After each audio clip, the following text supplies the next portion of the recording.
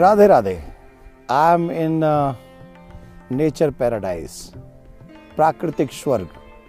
और सियाटल में इसे यहाँ के लोग कहते हैं माउंट रेनियर। माउंट रेनियर में ये प्राकृतिक सुंदरता है, यहाँ का पृथ्वी का स्वर्ग भी कह सकते हैं। और आज मैं यहाँ इसलिए आया क्योंकि अब शरद पूर्णिमा की चर्चा मुझे करनी है, तो मैंने सोचा प्रकृति के जितने करीब जा सकूं उतने करीब जाकर मैं आपको ये शुभ संदेश दे सकूं कि शरद पूर्णिमा अभी आने वाली है। और शरद पूर्णिमा पे जो हमारा चंद्रमा है वो पृथ्वी के सबसे क्लोज होता है। और सबसे क्लोज होने का मतलब है, जैसे हमारे वेदों में भी कहा गया है, चंद्रमा मनसो जाए। हमारा जो चंद्रमा है वो हमारे मन का कारक है, हमारे मन का स्वामी है। तो प्रकृति जो हमारे, वैसे तो हमारा पूरा जीवन ही प्रकृति पर निर्भर है। और इस शरद पूर्णिमा की रात्रि में चंद्रमा अपनी पूर्ण 16 कलाओं के साथ खिलता है और पृथ्वी के सबसे करीब होता है।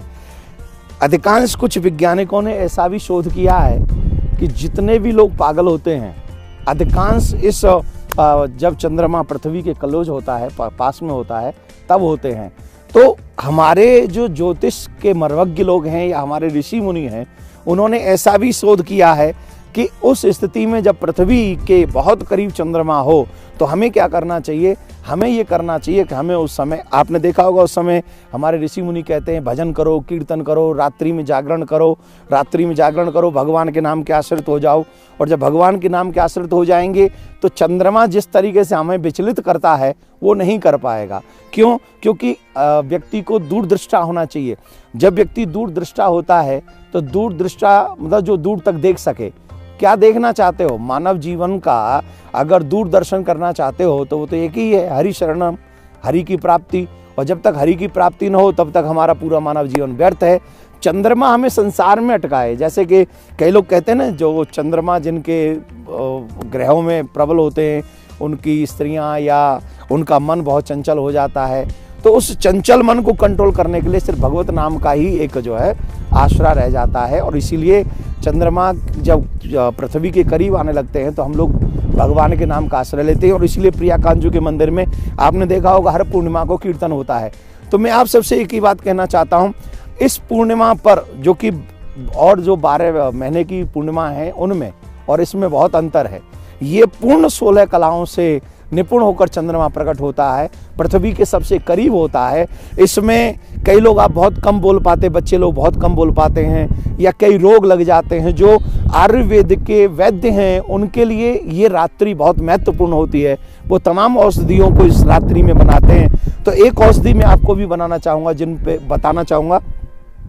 आप अगर चाहें ये औषधि बना लें, रात्रि में खीर बनाएं, खीर बनाकर एक ऐसे वस्त्र से ढक दें या कोई ऐसी चीज़ से ढक दें जो चंद्रमा की किरणें उस खीर तक पहुंच जाएं। ढकना इसलिए भी ज़रूरी है कि जो कीड़े मकोड़े हैं वो उसमें न जाएं।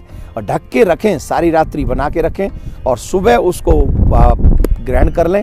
इसके बाद करने से आपके शारीरिक जो रोगों की उत्पत्ति होती है उन रोगों को मिटाने की क्षमता इस खीर में होती है।